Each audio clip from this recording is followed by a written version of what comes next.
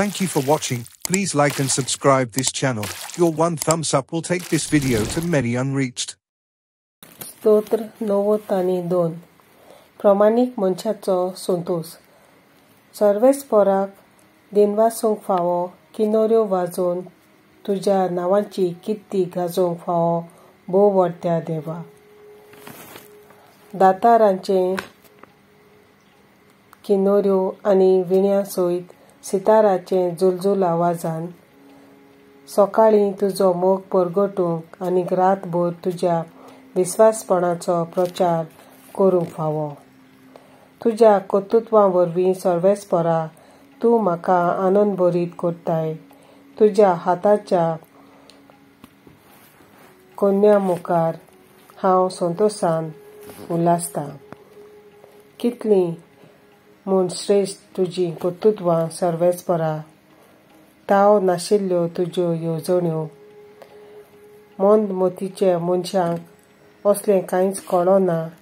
गिन्यान नासलेल्या असल्यांक कांयच समजना. तोंडा बरी नश्टे मनीस मातल्यार मातूं. पापी सोगले रसरसल्यार रसरसूं. सासणाक ताचें घोट्टन जातलेंच. पूण तूं सर्वेस्परा श्रेश्ठ व्हरतो सासणाक. तुजे दुस्मान पळे सर्वेस्परा. तुजे दुस्मान कशे पाड जातात पळे. सगल्या पापयांची पळापळ जातली. रानरेड्या सारकें तुवें म्हाका बोल दिलाय. नितळ शितळ तेलान तूं म्हाका मागताय. तुज्या दुस्मान म्हजे दुस्मान पडलोले पळोवन म्हजे दोळे बागी.